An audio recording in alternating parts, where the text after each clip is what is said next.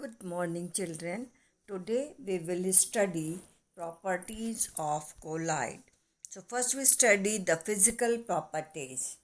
And the first property is heterogeneous character. Colloidal salts form heterogeneous mixture consisting of particles of dispersed phase and the dispersion medium.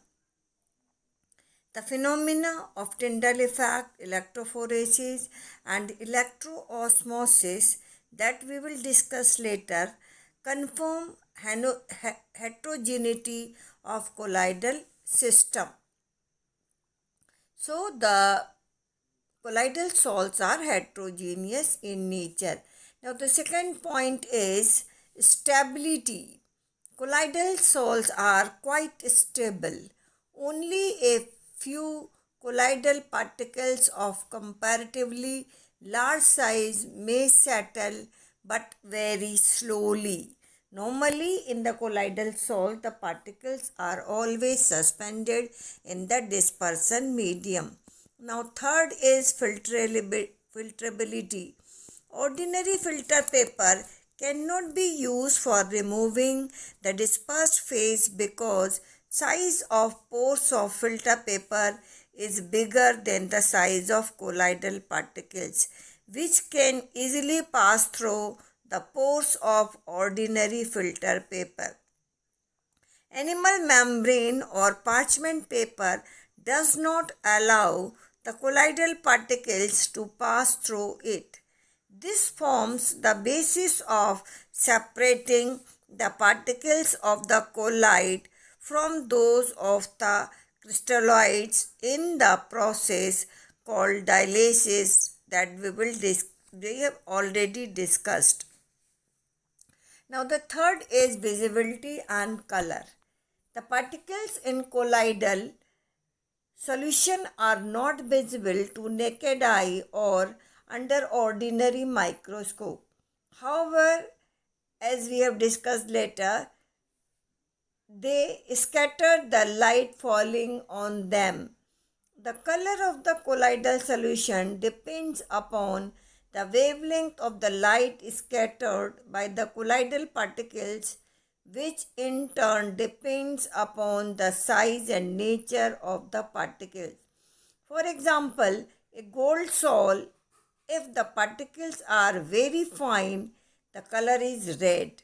But with growing size of the particles, the color changes to purple, then blue, and finally golden color.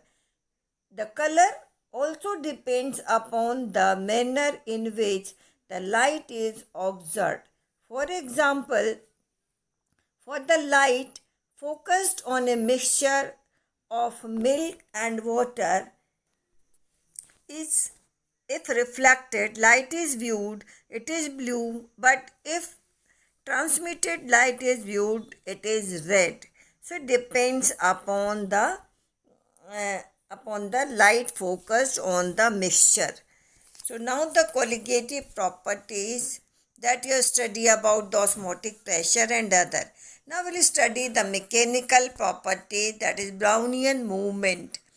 When viewed through the ultra microscope, the colloidal particles are seen continuously moving in zigzag way.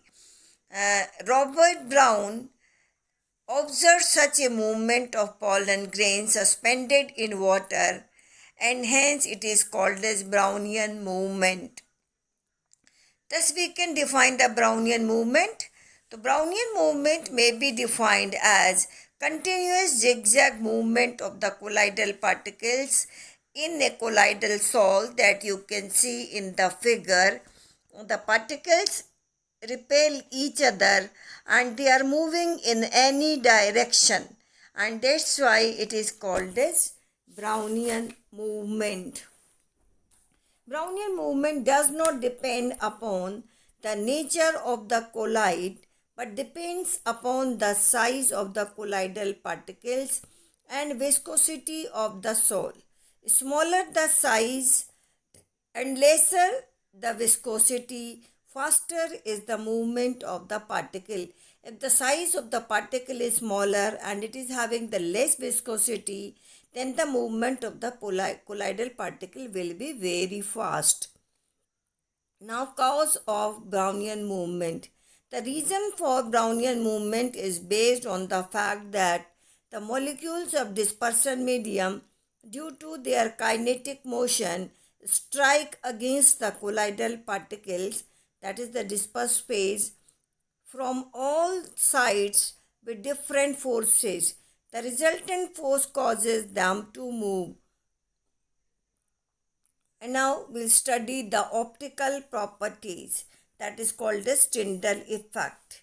If a strong converging beam of light is passed through a colloidal solution placed in a dark room, the path of the beam gets illuminated with a bluish light when viewed at right angles to the direction of the passage of light. The path of the light becomes visible due to scattering of light by colloidal particles. So now we can define the Tyndall effect. Tyndall effect may be defined as the scattering of light by the colloidal particles present in a colloidal sol. So a simple experiment as shown in the figure that you can see, it may be performed in the laboratory in a dark room to see the scattering of light by a colloidal solution and distinguish between a true solution and a colloidal solution. The path of the light is visible in the beaker containing colloidal salt due to scattering, but no path is visible in the beaker containing the true solution. So the colloidal sol, in the colloidal sol, the particle is scattering the light, so the path of the light is visible. Now the importance of the Tyndall effect. Based on Tyndall effect, Simondi in 1903 devised an instrument called ultramicroscope. The setup is the same as shown in the figure. An intense beam of light, is focused on the colloidal solution, then in a glass vessel, and then observed in the microscope at right angles to the beam. The light is scattered by each individual colloidal particle appears as a bright star against a dark background. Thus, number of colloidal particles can be counted. Knowing the volume of the solution, number of particles per unit volume can be determined. This further helps to find out the average mass of the particles. Children, now let us study the stability of the colloidal sol. Electrical charge on colloidal particles. For the stability of the colloidal sols is based on the charge present on the colloidal particles. The stability of a colloidal solution is due to the fact that the colloidal particles in the sol are electrically charged. The particles therefore repel one another and do not collide. Meaning of collision means they will not come close to each other to form large molecules or large non-colloidal particles. So when they are having the similar charges, they will repel each other, so they will not come close to each other to form a big molecule whose dimensions will be greater than colloidal particles, or they will be settled down. Now, colloidal particles carry either positive or negative charge. All the dispersed particles in a colloidal solution carry the same charge, while the dispersion medium has an equal and opposite charge. For example, arsenious sulfide particles are negatively charged, whereas the dispersion medium, water, is positively charged. In case of ferric hydroxide, particles are positively charged, whereas the dispersion medium, that is water, is negatively charged. So in this way, particular charge is present on the colloidal particles, and that's why they are very stable. Due to the similar charges, the colloidal particles will not come close to each other, and that's why they will not join together to form a big molecule. So this is the reason for the stability of the colloidal particles. Now we'll study the origin of electrical charge on colloidal particles. The various theories for the origin of electrical charge on the colloidal particles are as follows. The first is the friction electrification. This is the frictional electrification caused by the mutual rubbing of colloidal particles with molecules of the dispersion medium due to the movement of colloidal particles in the dispersion medium. Because the particles of the dispersion medium and the dispersion phase, they will collide with each other because they are always in the movement, and that's why they are electrified, or they will be having some charges. This is one of the theory which shows the presence of charge on the colloidal particle. Then the second is the electron capture by particles from air during electrodispersion in Brady's arc method. You have studied about the Brady's arc method, which is used for the preparation of the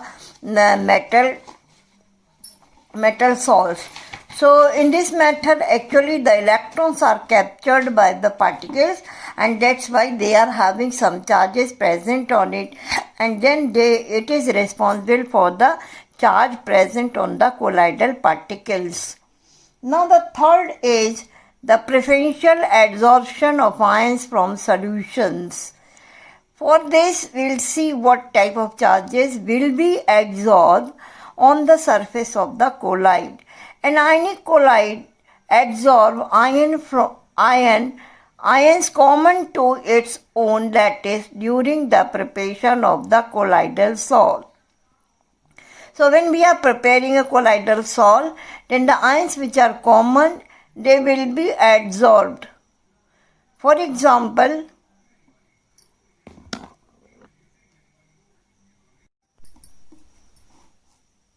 if colloidal salt of silver iodide is prepared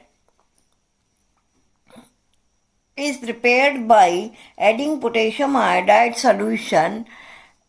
Potassium iodide solution is in slight excess. Iodide ions which are negatively charged will be adsorbed on the surface of silver iodide, because when you add the silver iodide is solid substance, so it is forming colloidal salt. So these silver iodide will adsorb iodide ion, and then it will become negatively charged. So when we are preparing a colloidal salt, silver iodide is prepared by adding potassium iodide, then it will adsorb iodide ion from the solution, and these iodide ion are formed by the ionization of potassium iodide. So when we add potassium iodide solution, then the silver iodide will adsorb iodide ion which are negatively charged. So we will get a negatively charged salt. So in this way, a negatively charged salt is formed. If the colloidal salt of silver iodide is prepared by adding silver nitrate solution to potassium iodide solution till the silver nitrate is in slight excess, now the silver ions will be adsorbed, thereby giving positive charge to the colloidal particles.